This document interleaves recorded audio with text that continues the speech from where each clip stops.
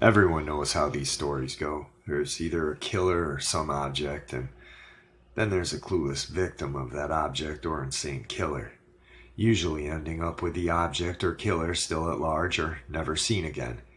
But what if that wasn't the case? What if this victim knew what they were getting themselves into beforehand? What if they were prepared? What if the victim wasn't really a victim after all? The happenings, January 7th, 2013. I've decided to keep a sort of log as I am at risk of death at any time. I've decided to do some research on creepypasta stories to see which ones, if any, are true. I've seen some weird stuff going on around here, and I think maybe, just maybe, these things could have an explanation. I've taken deep interest in finding one of these things, seeing what we can do with them, and getting a first-hand experience of their power.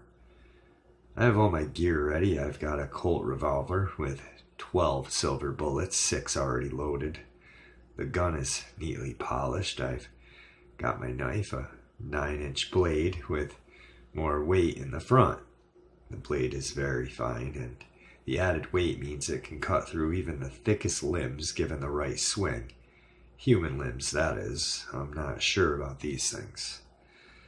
I've also got matches, a flint and steel, and 2 lighters. You don't want to run out of ways of lighting things on fire after all.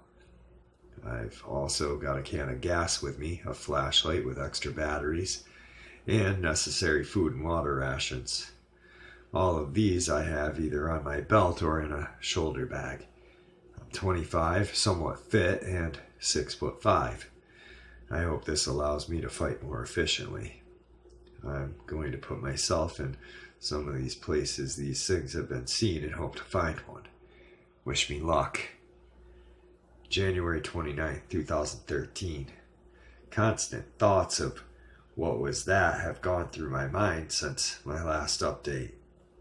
The object of my suspicion never turns out to be anything, though. Through all my exploring, I haven't found anything. This is increasingly annoying, and I'm not sure what to expect next from all this. I feel like it's driving me mad, but I must find one.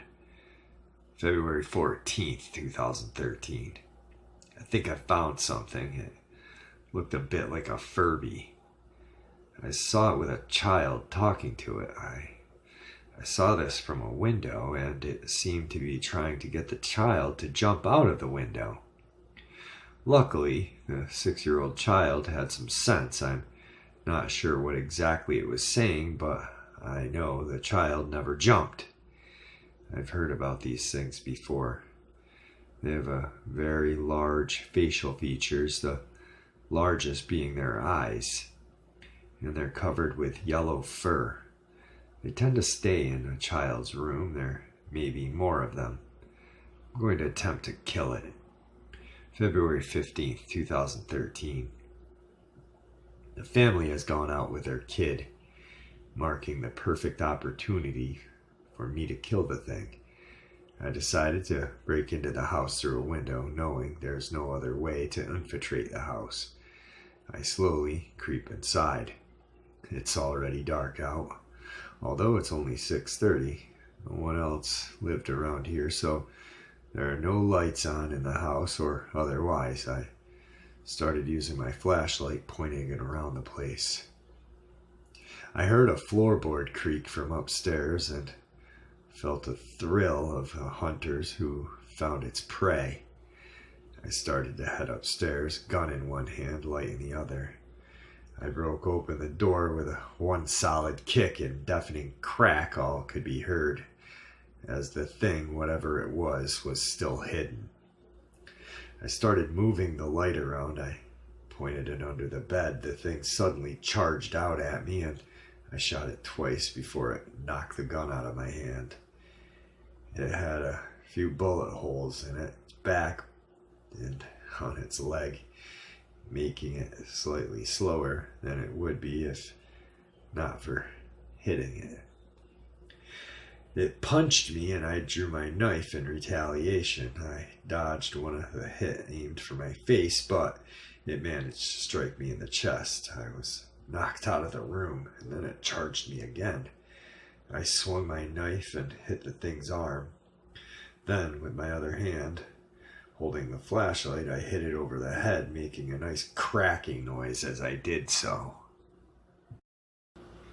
Now the creature is on its knees. I quickly shoved my knee into where its chin would have been. Knocking the thing out, I acted quickly and cut its head off to ensure it was dead.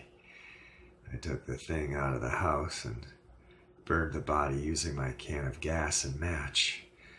The foul smell made me near vomit. The thrill of killing this thing was immense. There was a certain euphoria from seeing it bleed and the nice loud crack of its skull as I hit it over the head. After it stopped bleeding, I looked at its head. Something seemed so cute about it. I slipped it into my bag.